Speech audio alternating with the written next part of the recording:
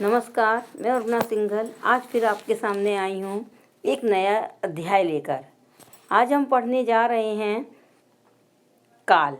पढ़ने से पहले आप लोगों से कहा जाएगा कि आप मेरी वीडियो को ज़रूर देखें, सब्सक्राइब करें, लाइक करें और शेयर करें, जिससे कि मैं आगे जो भी वीडियो बनाऊं तो आप तक सबसे पहले पहुंच पाए। तो आज हम पढ़ेंगे काल विचार। इसको हम इंग्लिश में टेंस भी कहते हैं।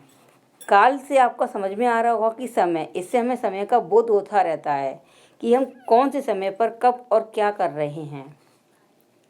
ये देखिए, स्टार्टिंग हम पिक्चरों से करते हैं। इसमें कुछ चित्र दिए हुए हैं। पहली पिक्चर है, मधु मैदान में खेल रही है। राजू सो रहा था, अब मैं विद्यालय जाऊंगा। तो पहली पिक्चर में खेल रही है शब्द से कार्य चलते रहने का ज्ञान होता है। जहाँ कार्य चल रहा हो वहाँ वर्तमान समय का पता चलता है। राजू सो रहा था। दूसरे वाक्य में सो रहा था शब्द से काम के समाप्त होने का बोध होता है, और जहाँ कार्य समाप्त हो चुका होता है वहाँ बीते समय का पता चलता है। थर्ड पिक्चर है हमारी, अब मैं विद्यालय जाऊंगा। तो तीसरे वाक्य में जाऊंगा शब्द से काम के भविष्य में होने का बोध होता है। जहाँ काम भविष्य में होने वाला हो वहाँ आने वाले समय का पता चलता है।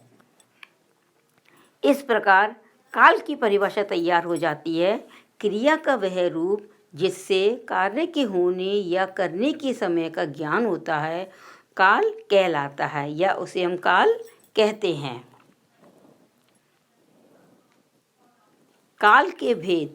काल के 3 भेद होते हैं: भूतकाल, वर्तमान काल, भविष्य काल।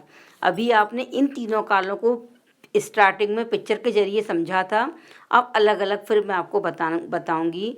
तो फर्स्ट हमारा आता है भूतकाल।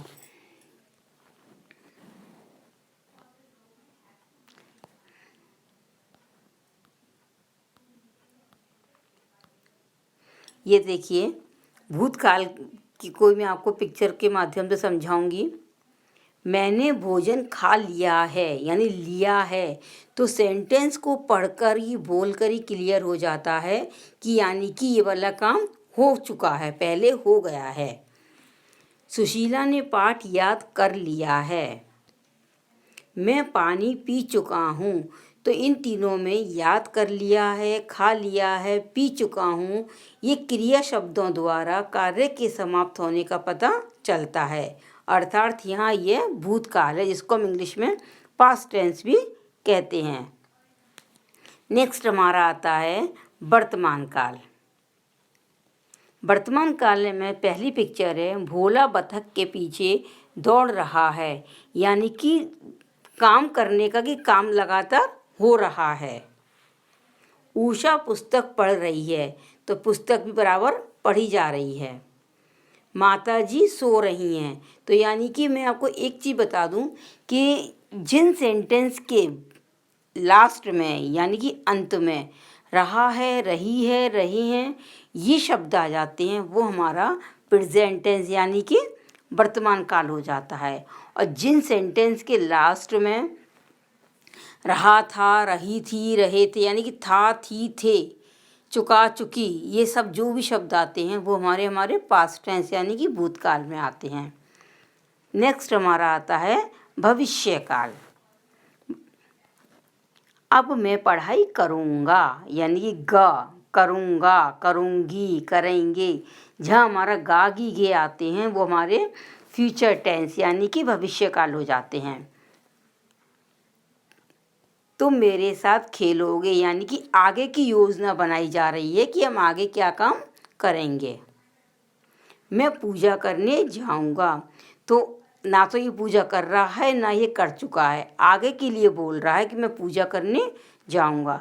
तो जो कार्य हमारे आगे के लिए किए जाते हैं वो हमारे भविष्यकाल होते हैं। अब मैं आप लोगों को इन तीनों की परिभाषाएं बता देती हूँ। पहला हमारा था भूतकाल। तो भूतकाल की परिभाषा बन जाती है,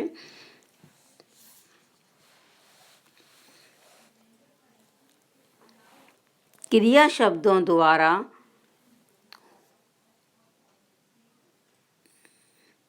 कार्य के समाप्त होने का पता चलता है वहाँ भूतकाल होता है। वर्तमान काल में जिन शब्दों द्वारा कार्य के वर्तमान समय में होने का पता चलता है वहाँ वर्तमान काल होता है। भविष्य काल में जहाँ क्रिया शब्दों से कार्य के आने वाले समय का बोध होता है, ज्ञान होता है, पता चलता है, वहाँ भविष्य काल होता है। आई होप आप लोगों को ये चैप्टर भी अच्छे से क्लियर हो गया होगा। मैं आप कोशिश करती हूँ कि अधिक से अधिक पिक्चरों के जरिए मैं आप लोगों को पढ़ाऊँ, जिससे कि आप लोगों का चैप्टर बिल्कुल कॉन्सेप्ट जो है बिल्कुल ही क्लियर हो जाए। Thank you.